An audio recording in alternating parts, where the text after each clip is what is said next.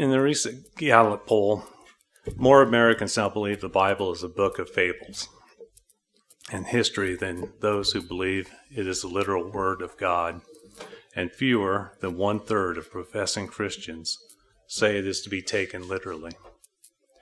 Over the last 3 decades, Americans view the Bible as the Word of God has been declining, while the view that it is a collection of myths, fables, and history recorded by men has been increasing.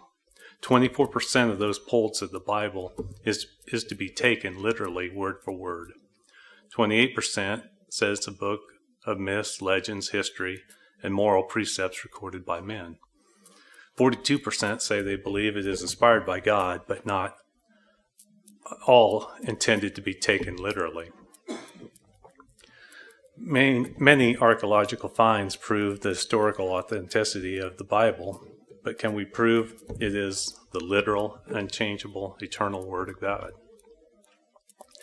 3 things we'll look at today to answer the question of whether the Bible is just words of past wise men, feel-good stories, or God-breathed.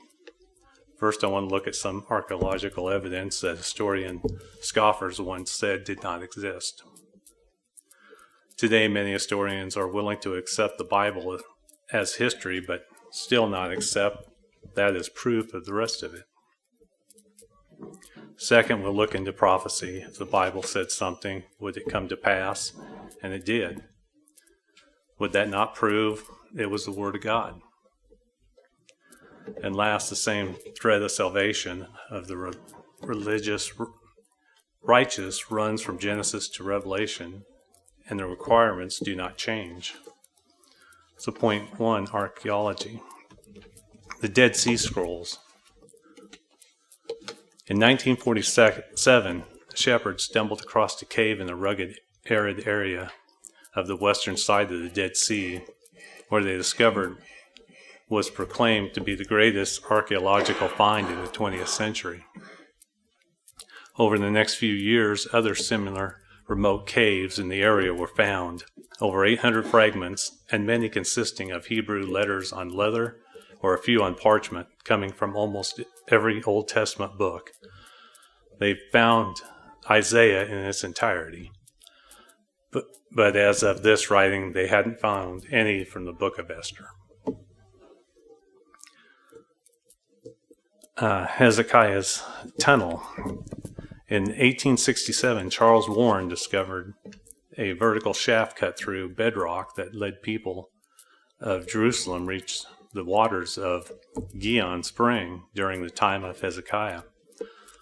This was dug by 2 teams coming from each end until they met each other. An inscription 20 feet from the Siloam pool was discovered, giving a description of the 2 cutting teams. Although it possibly predates Hezekiah, the conduit mentioned in 2 Kings 20, King Hezekiah prepared Jerusalem for an impending siege by the Assyrians by blocking a source of the waters in the upper Gihon and leading them straight down to the west of to the city of David, which is 2 Chronicles 32:30. By diverting the waters of the Gihon, he prevented the enemy forces under Sennacherib from gaining access to water. I'm going to read the references given here to Hezekiah and the tunnel. 2 Kings 20:20. Now the rest of the acts of Hezekiah, all his might, and how he made a pool and a tunnel and brought water into the city, are they not written in the books of the Chronicles of the kings of Judah? And 2 Chronicles 32:30. This same Hezekiah also stopped the water outlet of Upper Gihon and brought the water by tunnel to the west side of the city of David. Hezekiah prospered in all his works. Then there's Pool of Siloam. If you turn to John 9, verses 7 through 11.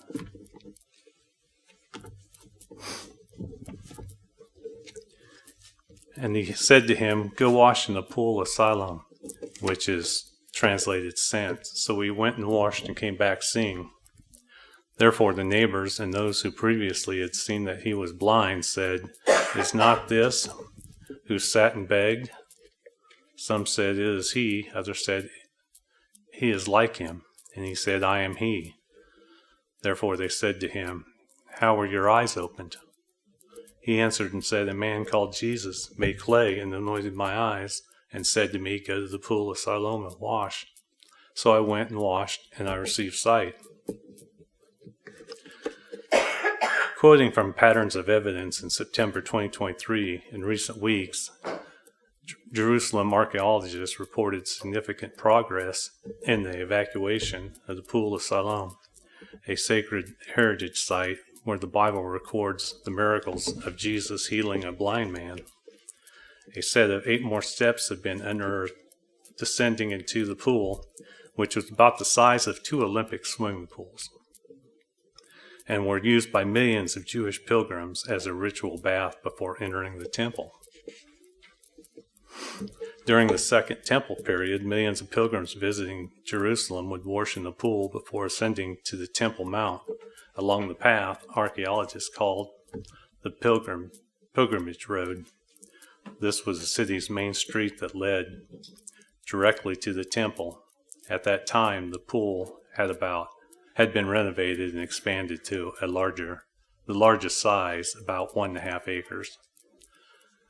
It's exciting to be part of a story that's bigger than ourselves, to be part of bringing a story to life that has significance not for millions, but for billions, said the Director of International Affairs for the City of David Foundation. The pool is thought to be the same one 2 Kings mentioned and Hezekiah built. At least 9 cities mentioned from the Bible have been discovered, leading experts to have to admit the accuracy of the history of the Bible. Samaria, Hazor, Shechem, Dan, Beit Shan, Jericho, Gezer, and Shiloh, and Megiddo. Point 2, prophecy. The rise of the house of Jacob. If you turn to Genesis 48, read 17 through 20.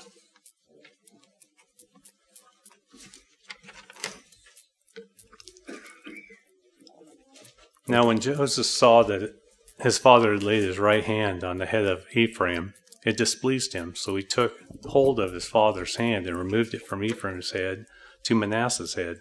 And Joseph said to his father, "Not so, my father, for this one is the firstborn. Put your right hand on his head." But his father refused and said, "I know, my son, I know, he also shall become a people, and he also shall be great, but truly his younger brother shall be greater than he, and his descendants shall become a multitude of nations." So he blessed them that day, saying, "By you Israel will bless, saying, my God, make you as Ephraim and as Manasseh." And thus he set Ephraim before Manasseh.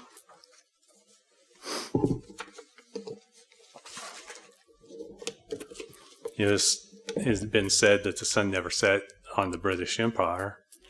There were a multitude of nations found around the globe. No other nation has met that description. The U.S. become very wealthy, prosperous, most powerful nation ever, of the descendants of Manasseh, but never held the prestige or power that Great Britain had before World War II. Messianic prophecy in our booklet, Jesus Christ's Real Story, the New Testament writers cite messianic prophecies from the Old Testament more than 130 times. By some estimates, the Old Testament contains 300 prophetic passages that describe who the Messiah is and what he will do. Of these, 60 are major prophecies. What are the chances of these prophecies being fulfilled in one person? He was prophesied to come through David from Bethlehem, conceived of a virgin, a sacrifice for sin. he would be crucified, his body would be pierced, but none of the bones broken. They would cast lots for his clothing. I'd encourage you to read the booklet because there's way too much in there to talk about here. An astronomer and mathematician, Pete Stoner, in his book Science Speaks, offers a mathematical analysis showing that it is impossible that the precise statements about the one to come could be fulfilled in a single person by mere coincidence. The chance of only 8 of these dozens of prophecies being fulfilled in the life of one man has been estimated at 1 in 10 to the 17th power. That would be like 1 chance in quintillion, which is 1 followed by 17 zeros. So what he's saying is there is a chance.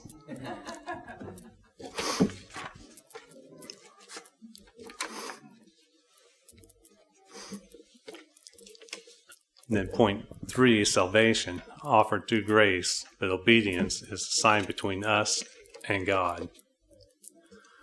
Exodus 31:13 speaks also of the children of Israel, saying, "Surely my Sabbaths you shall keep, for it is a sign between me and you throughout your generations, that you should know that I am the Lord who sacrificed you." Noah was saved because he kept the pure religion and did not go after the daughters of Cain. This is from the NIV on Noah, which makes it a little clearer that this is about faith, not about genealogy. Genesis 6:9, this is the account of Noah and his family. Noah was a righteous man, blameless among the peoples of his time, and he walked faithfully with God. Abraham was obedient, even if it required the sacrifice of his son. Hebrews 11:17. By faith, Abraham, when God tested him, offered Isaac as a sacrifice. He who had embraced the promises was about to sacrifice his one and only son, even though God had said to him, "It is through Isaac that your offspring will be reckoned." Abraham reasoned that God could even raise the dead, and so, in a manner of speaking, he did receive Isaac back from death. In adherence to the 10 Commandments is shown as a requirement from Genesis to Revelation. Genesis 2:1, thus the heavens and the earth and all the hosts of them were finished, and on the 7th day God ended his work which he had done, and he rested on the 7th day from all of his work which he had done. Then God blessed the 7th day and sanctified it, because in it he rested from all of his work which God had created and made. Sabbath was set apart from the beginning.